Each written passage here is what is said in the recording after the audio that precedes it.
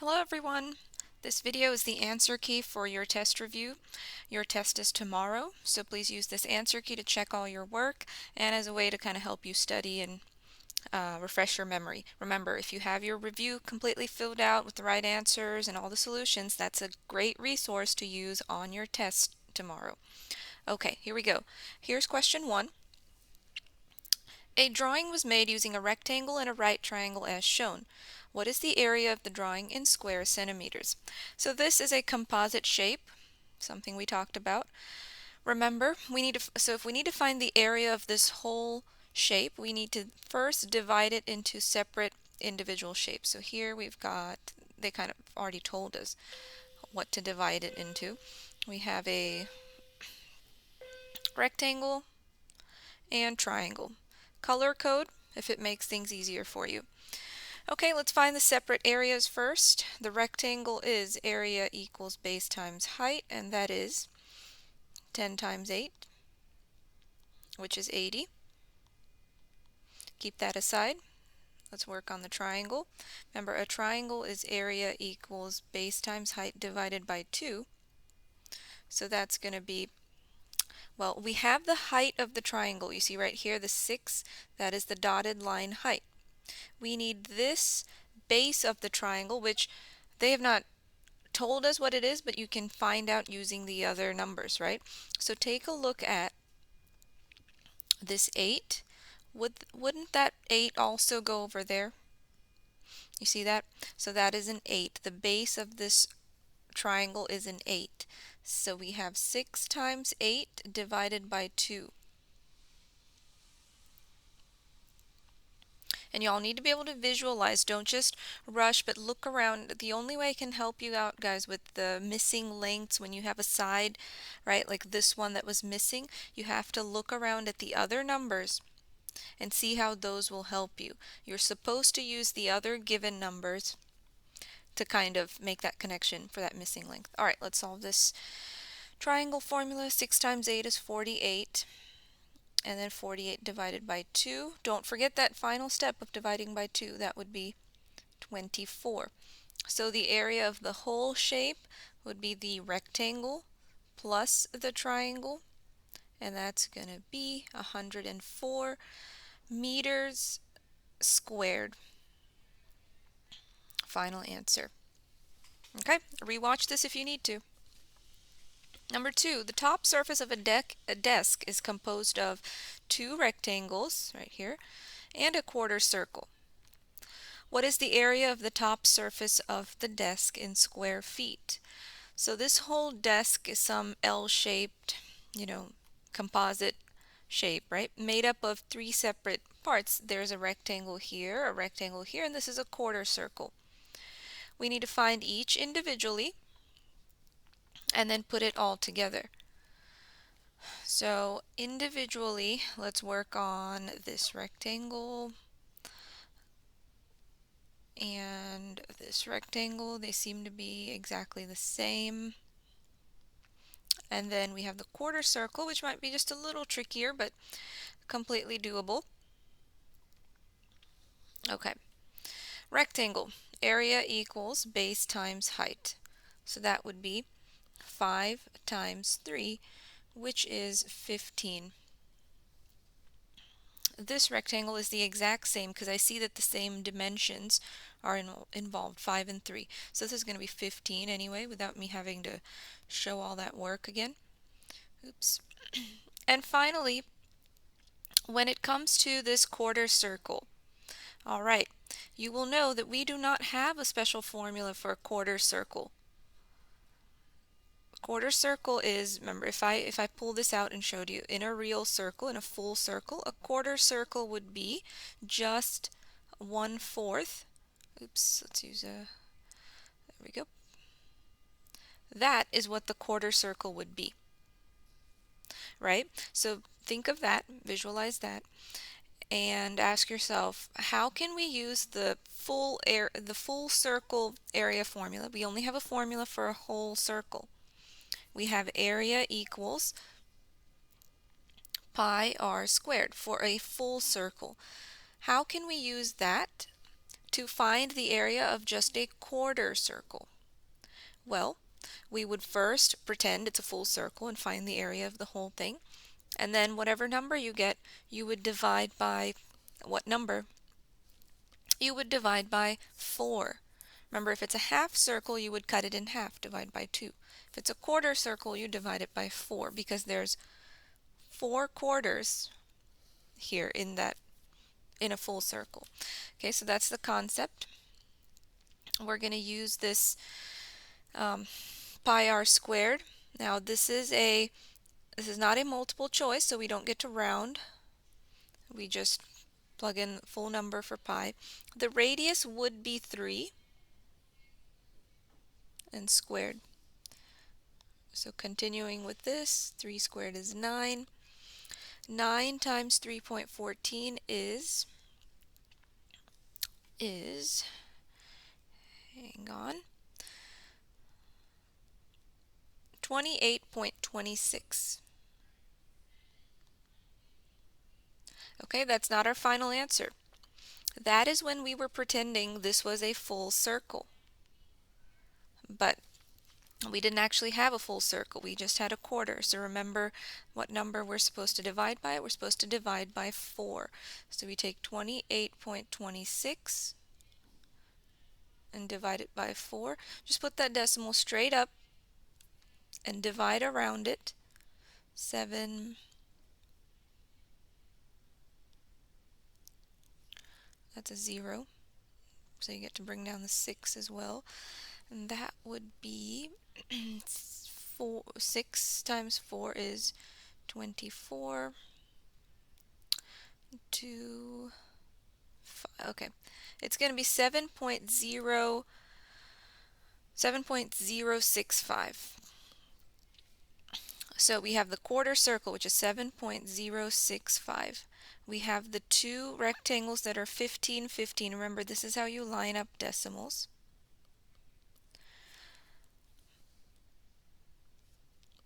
We've got 5, 6, 0, 17, 37. Okay, the answer is 37.065 centimeters squared. It was just a little bit more work because of the quarter circle. Okay, a rewatch, especially that quarter circle part and how I did all those calculations. Rewatch if you need to. Number 3, find the area of the shaded region. Round your decimal to the nearest hundredths place. So the whole thing is shaded. That means we are finding the area of this complete composite shape. I see two obvious shapes that we can separate to. We can do a rectangle here, and the other part is going to be a half circle. Okay, rectangle and half circle. Rectangle because it's easier. Let's do that first. Area equals base times height. So that would be 8 times 14.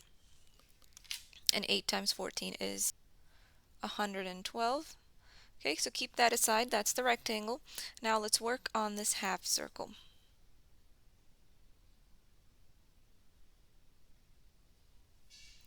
The half circle, again, remember, we don't just find the area of a half circle.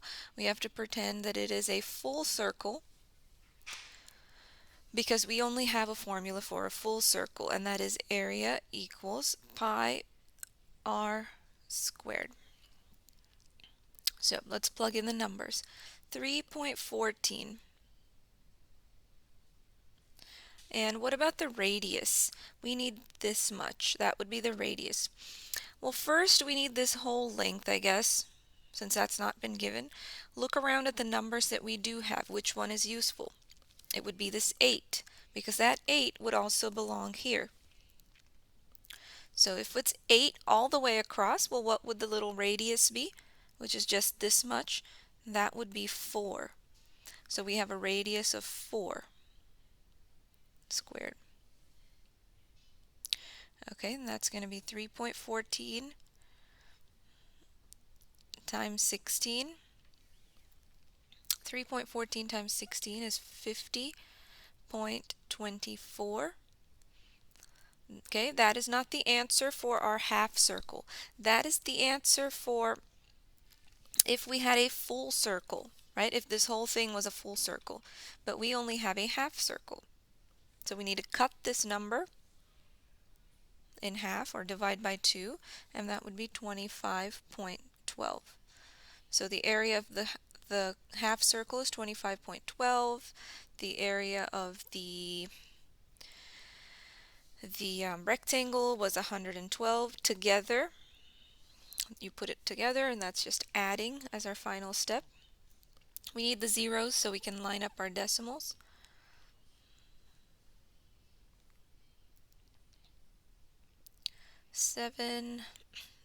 137. 137 yards squared would be your final answer. Okay. All right, another composite shape. This one says, find the area of the shaded region. Round your decimal to the nearest hundredths place. The shaded region. So if you notice that we've got a shaded part right here around the rectangle. What strategy, what's our plan of action here if we need to find the area of just of the shaded part? I would say, well, the shaded part is around the rectangle. So I would first find the area of the circle. Then I would find the area of the rectangle. And if I just want, would I add? Oops, it's not pi. Would I add in this case or subtract? Because I'm not trying to find the area of both of them put together. I'm just trying to find the area of this shaded part that's around it. So I'm going to subtract in this situation. Area of the circle, area of the rectangle, and then subtract. Okay, circle. Let's see. 3.14 times r. What would the radius of this circle be? Well, let's look at this number here. The diameter seems to be 16. So the radius, which is just half of that, is 8. So I have 3.14 times 64. Area of the circle is 200.96. And now, okay, at least we're done with that. It's the harder part of the two. Now we're just finding the area of the the rectangle, which is 7 times 5, which is 35. Remember, our final step was to subtract both of these. So we are going to do 200.96 minus 35. I need to put some zeros here. 6 and 9. That's a 1, that's a 9, that's a 10. 5, 6, 165.96 inches squared. Okay. All right, I think we're done with kind of the hard part of the review. From here, the questions should get a little easier. Hannah is making a design with tiles. Each tile represents 2 square inches. What would the area of the design be? What they're saying is that each tile has an area of 2. So honestly, all you have to do here is add everything. 1, 2, 3, 4, 5, 6, 7, 8, 9, 10, 11, 12, 13, 14. There's 14, and each of them represents 2 inches of an area. So our answer would be 28 inches squared. There will be a question like this on your test. Number 6, a dime has a radius of 8.5 millimeters. I would go ahead and draw what they're talking about. So this is my dime. We're talking about a coin here. Radius of 8.5. Remember, radius is the line that just goes halfway.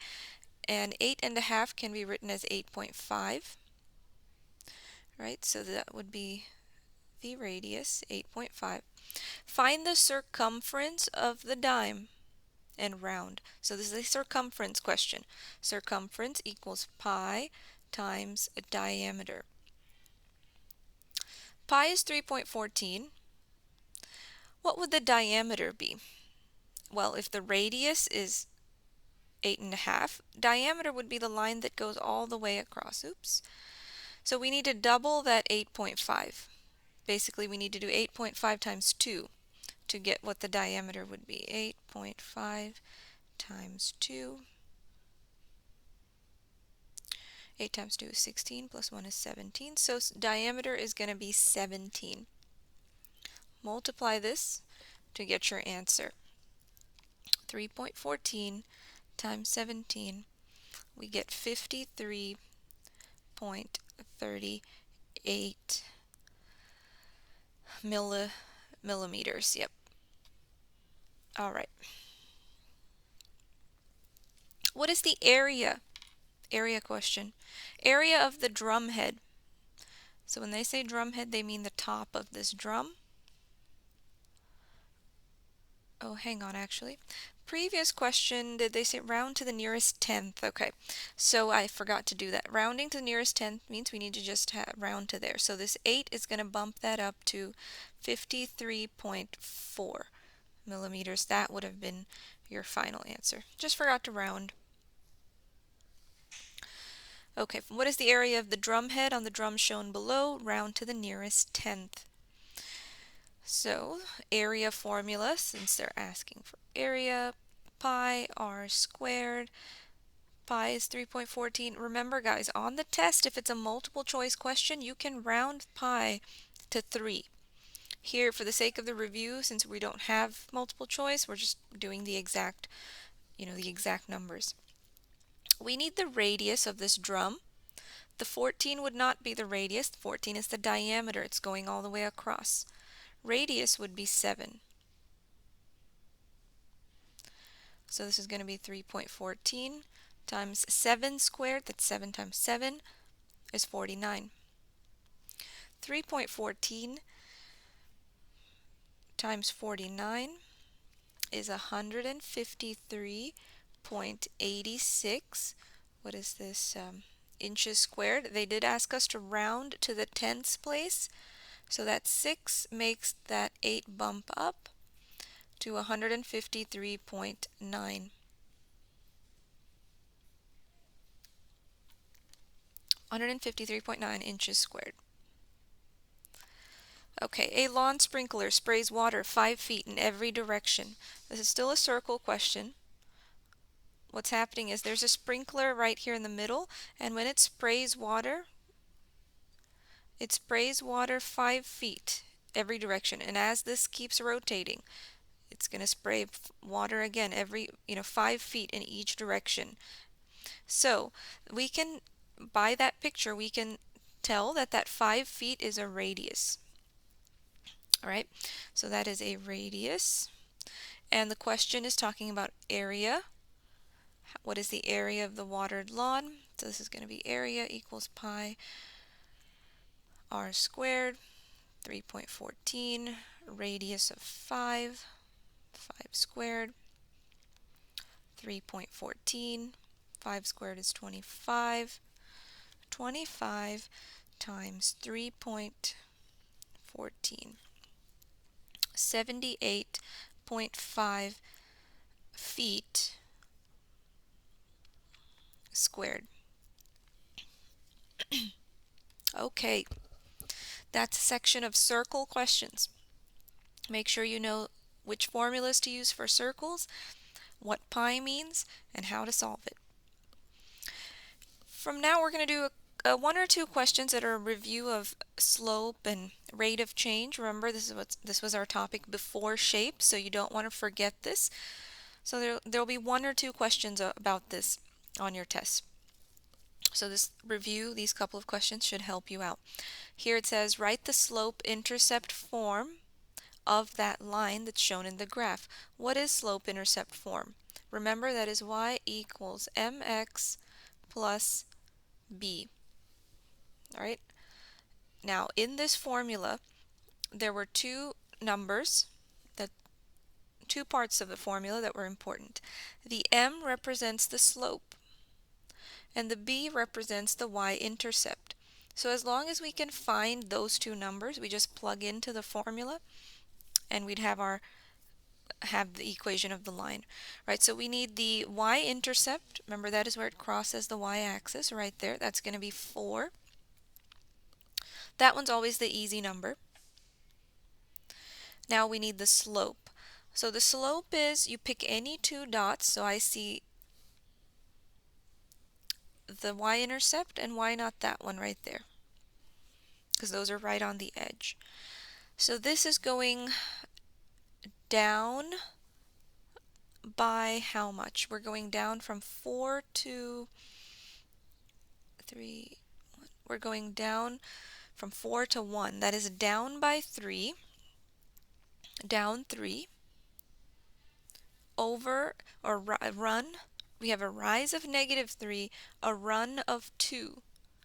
So that's a slope of -3 over 2. And we put the x next to it. Okay, so we found the slope part. And then just y equals. Okay, so this is that equation of that line in y-intercept or slope-intercept form.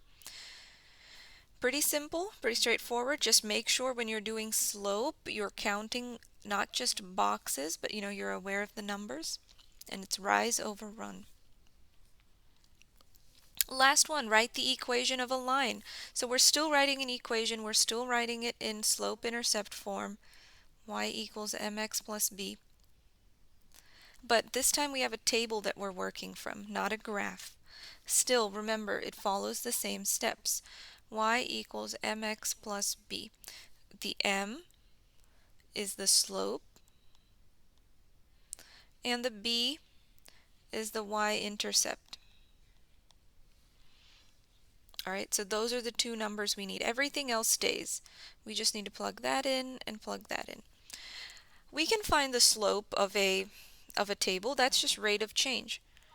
Right? That is going, let's see, that's going up by 1. And here on the y, it's going up by,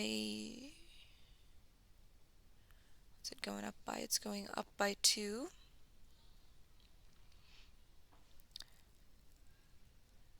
Right? Yeah, that's up by 2. This is going up by 3. So there's a little inconsistency here.